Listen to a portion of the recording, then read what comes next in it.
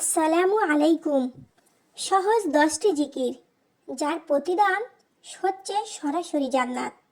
Number 1, প্রতিদিন 100 বার সুবহানাল্লাহ পাঠ করলে 100 সওয়াব লেখা হয় এবং 100 গুনাহ মাফ করা হয়। নাম্বার 2, আলহামদুলিল্লাহ মিজানের পাল্লাকে ভারী করে দেয় এবং এটি সর্বোত্তম দোয়া। নাম্বার 3, লা ইলাহা ইল্লাল্লাহ হলো সর্বোত্তম জিকির। নাম্বার 4, সুবহানাল্লাহি আলহামদুলিল্লাহি ওয়ালা ইলাহা ইল্লাল্লাহু আল্লাহু আকবার।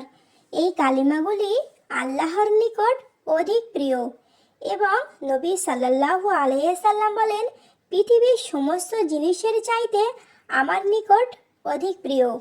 নাম্বার 5, যে ব্যক্তি সুবহানাল্লাহি ওয়া বিহামদিহি প্রতিদিন 100 বার পাঠ করবে, সমুদ্রের ফেনা পরিমাণ গুনাহ থাকলেও তাকে মাফ করে দেওয়া হবে।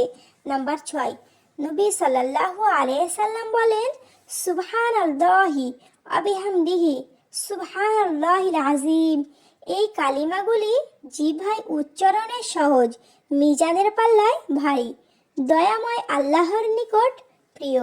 নাম্বার 7, যে ব্যক্তি সুবহানাল্লাহিল আযীম ওয়া বিহামদিহি পাঠ করবে, প্রতিবারে তার জন্য জান্নাতে একটি করে জান্নাতি খেজুর গাছ রোপণ করা হবে। নাম্বার 8, নবী সাল্লাল্লাহু আলাইহি সাল্লাম বলেন, লা হাওলা ওয়ালা কুওয়াতা ইল্লা বিল্লাহ হচ্ছে জান্নাতের গুপ্তধন সমূহের মধ্যে একটি গুপ্তধন। নাম্বার 9, নবী সাল্লাল্লাহু আলাইহি সাল্লাম বলেন, সুবহানাল্লাহি আলহামদুলিল্লাহি ওয়ালা ইলাহা ইল্লাল্লাহু আল্লাহু আকবার, লা হাওলা ওয়ালা কুওয়াতা ইল্লা বিল্লাহ। এই কালিমাগুলি হচ্ছে অবশিষ্ট নেক আমল সমূহ।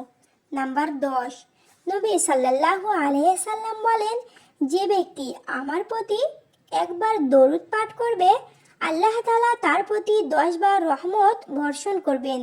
এবং নবী সাল্লাল্লাহু আলাইহি সাল্লাম আরও বলেন, যে ব্যক্তি আমার প্রতি সকালে 10 বার এবং বিকালে 10 বার দরুদ পাঠ করবে, সে ব্যক্তি কিয়ামতের দিন আমার শাফায়াত পাবে।